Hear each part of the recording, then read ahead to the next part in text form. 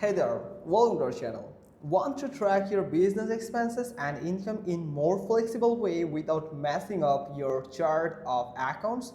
In this video, I will show you how to use tax in QuickBooks Online, a smart, simple way to track anything from projects to campaigns to client events. So let's get started.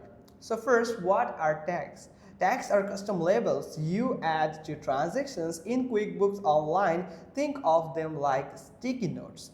You can tag an expenses as client meeting, Facebook ads, or Q1 promo to see exactly where your money is going. Unlike classes or locations, tags doesn't or don't affect your books, but they do give you powerful tracking tools. So, how to enable and create tags?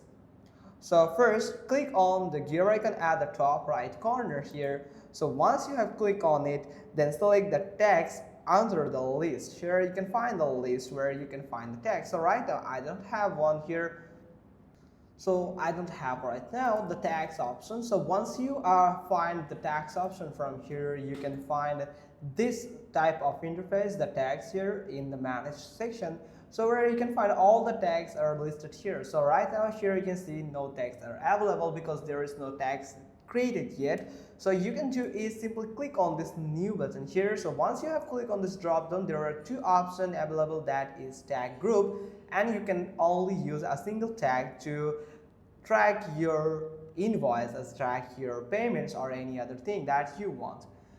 Now once you have selected, so if you select a tag group, so you can create a group from here. So you can add a group name from here like this, and then you can select a color to memorize this properly. Then simply click on save. After saving that, it's time to add the tag. So once you have added the tag name, so for example residential or any commercial, then simply after add anything that related to your type here, now simply click on add. So once you have added it, it will show up in this list here and with all of these details.